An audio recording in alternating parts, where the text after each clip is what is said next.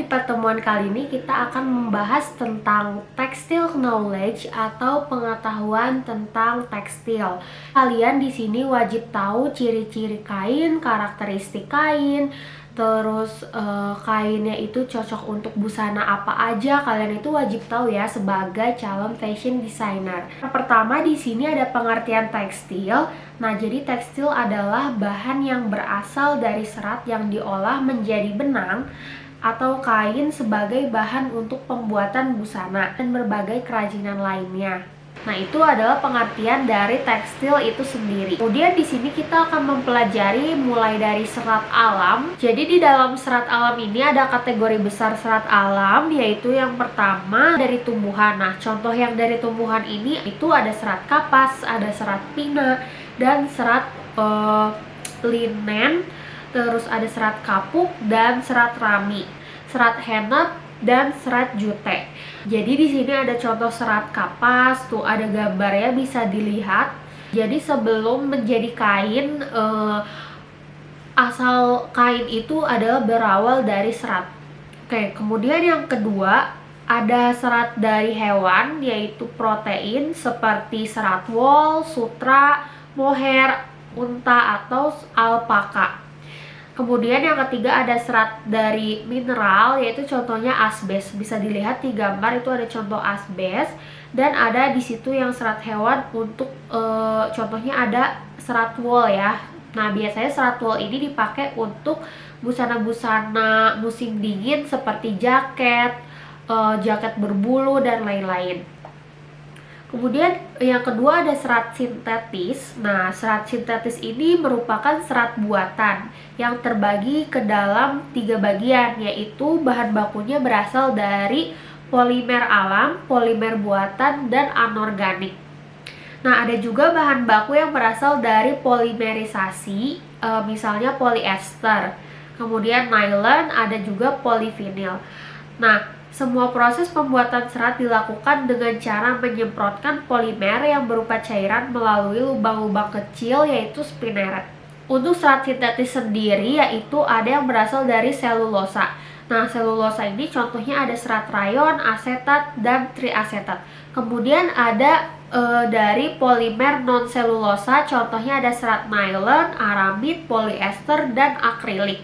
Nah, contoh bahan-bahan yang ada di pasaran misalnya itu seperti katun atau bahan lainnya, itu bisa jadi itu berasal dari serat sintetis karena harganya itu jauh lebih murah. Nah, untuk serat alam itu harganya biasanya jauh lebih mahal karena itu bisa terurai lebih cepat daripada serat yang berasal dari sintetis atau buatan.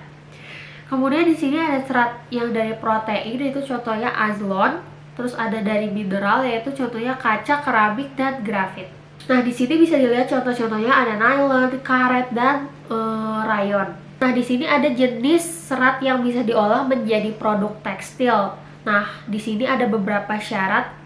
Yang pertama yaitu perbandingan panjang dan lebar yang besar, terus kekuatan yang cukup, terus ada fleksibilitasnya tinggi, kemampuan mulur yang elastis, kemudian ada cukup keriting agar memiliki daya kohesi antar serat, memiliki daya serap terhadap air, kemudian tidak rusak dalam pencucian, tersedia dalam jumlah besar, kemudian tahan terhadap zat kimia tertentu. Di sini ada contoh-contoh bahan atau fabric dengan karakteristik yang berbeda. Di sini aku akan contohkan.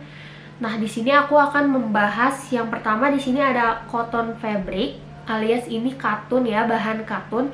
Karakteristik dari bahan katun sendiri yaitu yang pertama bersifat hidroskopis atau menyerap air, yang kedua dia mudah kusut, yang ketiga dalam keadaan basah kekuatannya bertambah menjadi kurang lebih 25%. Kemudian dapat disetrika dalam temperatur panas yang tinggi. Nah, ini karakteristik bahan katun ya. Bahan katun ini biasanya digunakan untuk bahan-bahan busana casual atau busana santai. Itu bisa menggunakan bahan katun karena karakteristiknya dia menyerap air ya, gampang menyerap keringat, jadi dia enak digunakan untuk kulit. Dan di sini ada wool fabric. Nah, karakteristik wool itu bersifat sangat kenyal sehingga tidak mudah kusut. Terus bila dipanaskan akan menjadi lunak karena kenyalnya itu berkurang. Kemudian itu wool mengikat panas karena serabut wool keriting. Kemudian udara dalam pori-porinya itu bertahan bila dipakai dapat menghantarkan panas. Nah makanya kayak jaket-jaket musim dingin yang ada bahan woolnya itu dia bisa menyerap dingin, jadi dia kalau dipakai itu hangat karena wool itu mengikat panas dan udaranya itu bisa bertahan. Jadi ke kulit itu tetap dia bakal jadi menghangatkan tubuh. Ini ada Dacron, polyester dan nylon. Nah di sini karakteristik bahannya sendiri ada bahan tekstil ini bila dicuci cepat menjadi kering, kemudian tidak kusut, jadi tidak perlu disetrika, kuat dan tahan lama jika dipergunakan, dan lebih tahan terhadap panas. Nah, ini contoh-contoh bahannya. Di sini ada nylon, polyester, dan Dacron. Jadi biasanya katun juga ada campuran polyesternya. Jadi itu udah termasuk dari serat sintetis ya kalau udah campuran.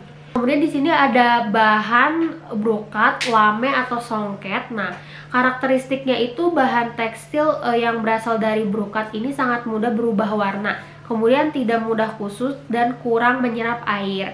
Tidak tahan temperatur setrika yang tinggi. Nah, biasanya bahan-bahan ini itu digunakan untuk membuat busana pesta, busana kebaya, terus busana-busana dengan kesempatan yang berbeda, jadi bukan untuk kesempatan santai. Jadi biasanya kalau brokat ini digunakan untuk busana pengantin juga bisa. Ini contoh-contoh busananya yang menggunakan bahan-bahan yang tadi aku sebutkan. Nah di sini yang pertama nih ada yang pakai brokat, terus ada yang pakai bordiran.